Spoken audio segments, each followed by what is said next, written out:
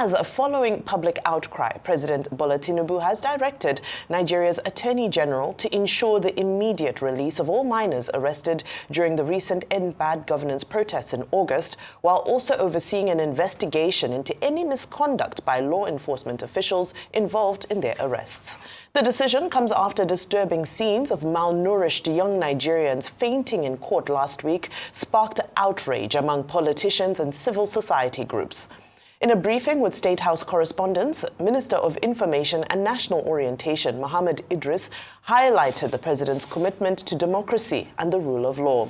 As part of the directives, an administrative committee led by the Ministry of Humanitarian Affairs and Poverty Reduction will examine the minors' arrest, detention, treatment, and release. The president has directed that these children, these minors, be released immediately. This is, of course, without prejudice to whatever legal processes there are. Of course, if you look at this issue, there is the legal side of it, but there is also the human angle, the humanitarian side of it. Mr. President has directed that whatever the circumstances are, let the minors be released.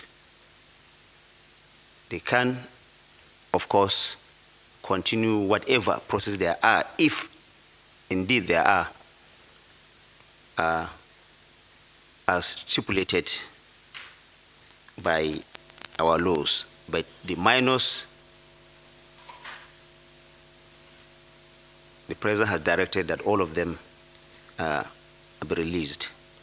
To recap, the Ministry of Humanitarian Affairs has been directed by the president to ensure that they have safe return and reunion to their family members. And like I said earlier, if there are any infractions being committed by any law enforcement officer or any official of government, a disciplinary action will be taken against such person. Well, this is a very welcome development, and we look forward to seeing them being reunited with their families. Rufai, your take on this? A part of me is saying kudos to President Tinubu this morning. A part of me is also saying knocks to President Tinubu. Kudos. Why am I saying kudos? It's a good one. He reacted to public outcry. But the part of me that is saying knocks is saying, didn't he know about this in the first place? Because if he didn't know that they had kept minors in incarceration all this while, then I'm more scared for this country. If it was after the public show of shame that the rights of minors were violated and the public outcry that he remembered and said, oh, the shame and the embarrassment is too much, go and let them go, then I'm more scared for this country. If he didn't know that they had kept them in incarceration for over 3 months, with that protest, so what becomes the lot of those that were even not killed by the security force? Because he says we should investigate them. And in his investigation, is he going to have some very strong words with the IGP or the police spokesperson that said that this fainting spell by the minors was a scam? Probably, I'm sure they thought that the minors faked the fainting spell in a replica of Professor Ponde's fainting spell. Is that the case in Nigeria? So what kind of country are we really building? Dr. Bati reeled out the child rights law. These kids should even be in school in the first place, but they are a true representation of the fact that a country fails its people. Nigeria failed these children. And it is after 3 months that you've blighted their memory with this very inglorious event that you expect them to be happy and say, Kumbaya, our daddy remembered us for good. And he said they should let us go. We are not ready. And I keep saying that. When we are ready, we will see that we are ready. Kudos also to the president for that investigation. Let's see what will come out of it. We know the culprits in this system. We know the persons that were screaming for the heads of these young people. We know the persons and the police authority that said all sorts about these young people. We'll wait and see if they'll be brought to book. But I'll be surprised if anything happens. So for me, it's double-edged. kudos and knocks for the president. Okay, the embarrassment was so writ large that the Nigerian president and the federal government of Nigeria had to save his face. Inibe Effiong was on this program yesterday, and he made the point that even the international media and the international community, including investors, were beginning to ask what was going on in Nigeria, a situation where children were being accused of trying to overthrow the government of the day. He correctly observed that this was a major embarrassment. And in the view of the UBEC Act, Section 3 thereof, these are children who are supposed to be in school in a country that has over 15 million children out of school. So what the government of the day has tried to do is to save face. And President Tinubu has now directed the Attorney General of the Federation, well, in his capacity, I guess, also as Minister of Justice, to go and ensure that the minors are released. Now, the president declaring this is not the end of the matter. Yesterday, we said that the Attorney General of the Federation, one of those few ministers identified, in fact, the only minister that is expressly identified in the Constitution, under Section 174 and Section 211, has to take the consequential step to enter a nolle prosequi, because it's only the Attorney General of the Federation that can discontinue any matter. It's not the president. The Attorney General will have to act. How soon will the Attorney General of the Federation and Minister of Justice act? That's one. Two, the Minister of Information said the minors have been asked to go. A total of 130 persons were detained under, conditions that we said, violated their fundamental human rights. Now, if those 29 children, minors, if they are released, what happens next to the remaining 101 persons? Because if you look at the police prosecutor's charge sheet, what they have in the proof of evidence, as has been provided by Femi Falana, SAN, who is doing a yeoman's job of drawing attention to important issues in this polity, where the rule of law is being violated. Femi Falana, has pointed out that we should look at the proof of evidence. They are going to charge people for treasonable felony for 76 Russian flags. 76 Russian flags. So this is what these guys are going to take to court. Fire extinguishers. About 2 or 3 fire extinguishers. And then statements purportedly made. Okay, in which sensible country does anybody overthrow a government with 76 Russian flags and with fire extinguishers? So the whole thing is so ridiculous. And the ludicrousness of it must have been very obvious to the president and the federal government after the fact. However, the president says there should be an investigation, people should be penalized. The first thing they should do is to sack their prosecutor or whatever prosecutors are involved.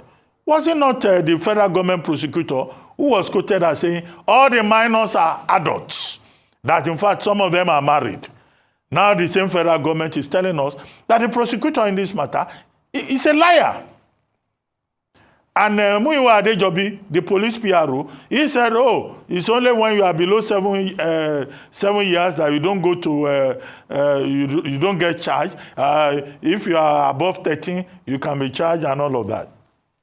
He himself was confusing the Child Rights Act with the Children and Young Persons Act. Now, it's a lot of embarrassment here and there. So what I'm saying is that the federal government of Nigeria, President Tinubu personally, should make sure that all those people who violated basic ethical conduct, that's the principal thing about the prosecutorial process. Prosecutors are supposed to conduct themselves as persons who want to ensure justice in the temple of justice for society and even for the accused person. You can't have prosecutors who come to court and they are lying and they are behaving as if they are members of a political party or they have a personal issue with the accused persons. So it's very embarrassing from every front. The prosecutors, the lawyers involved, and even many of the parties involved. And even the correctional service, putting minors in difficult situations as if these correctional service people, they are just a bunch of illiterates that have been given important positions. This was how the other day they were disturbing us, giving us pressure to come and be doing analysis that should not ordinarily arise when they were talking about, infractions in correctional service centers and all of that. Now, a serious country doesn't deal with such minutiae. If you have responsible persons, if you have round pegs in round holes, President Tinubu should go beyond all of this to begin to think of a major overhaul of personnel. The civil service, the public service in other countries constitute the engine room. This our own engine here is already making some sound. So I hope the engine will not knock very soon. It's embarrassing. Absolutely. I want to take off from your point that this is after the fact. But what this has done is it has highlighted some very deep systemic issues that we have that have become normal. So the outrage is what it takes to make our system in place, our administration, our leaders realize that some of the things that have been normalized are completely abnormal and unacceptable. One of the major things that has become a talking point here is the exploitation of minors as political tools. This is something that we see consistently. We see it during elections. We've seen young people being used as political thugs. They're used to go and be instruments of violence to disrupt the electoral process. We've seen young people queue up to vote, minors. We've seen them hold fake IDs, fake identities, giving them false birth dates so that they can partake in all these activities. Now we are seeing them being used to carry flags. I'm sure most of these young people who are supposed to be in school clearly were not in school, may not even be able to point out what country that flag belonged to that they were carrying. They were just being used as political tools. So there's a conversation to be had about how we have normalized manipulating and exploiting our young people in this country to meet political ends. Having said that, there's now the issue of attempting so vehemently to criminalize protests. Protest is a civic right of every single citizen of a democratic country. But this attempt we saw as there was a lead up to the End Bad Governance protest, how there was so much pushback against the protest. And that there were so many threats that, it will be hijacked, it will be hijacked. And then, of course, it was a self-fulfilling prophecy. Now, of course, the conversation is who hijacked it? What we see are young people detained for months on end without being fed, without being properly clothed, without being properly taken care of. Who hijacked the protest? That conversation is not happening. We should go and look for those people who sent, because we know that these young people did not run into the streets of their own accord. Ask them what they were protesting for. They're hungry. They don't. What would they know about treason? So we sincerely do hope that there is enough publicity around this investigation, and we'll keep accountability. And as Dr. Abati said, heads must roll, because this is not a small issue. And a precedent must be set that our minors, our young people who are the future of this nation, the future of this continent, belong in school. They should be in school, not on the streets protesting. They should be getting a firm foundation to become tomorrow's leaders and to become productive members of society. What will these young people become? Now, another issue is that, yes, they said the humanitarian ministry and poverty alleviation ministry is going to tend to these children and so forth.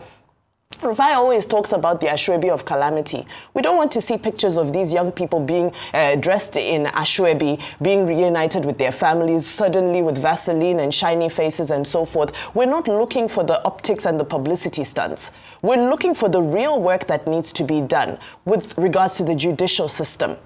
They say justice delayed is justice denied. What is the traumatic impact of what these children have been through in the past 97 days? We've heard so many stories that are coming out. Some are saying that they were blindfolded as they were moved from one facility to another facility. Their parents didn't even know where they were. We already know the statistics. We don't even need statistics to see how underfed they were, how unkempt they were. So what are we doing with regards to addressing that trauma? Because these are the same children who will now be radicalized tomorrow, and we'll ask ourselves, where is banditry and terrorism coming from? So after all is said and done, it's not enough to be reactionary. There are some bold reforms, bold changes, bold moves that need to be made to sanitize the political space from the exploitation of minors. It's not on, it's not fair, it's inhumane, and it's certainly undemocratic.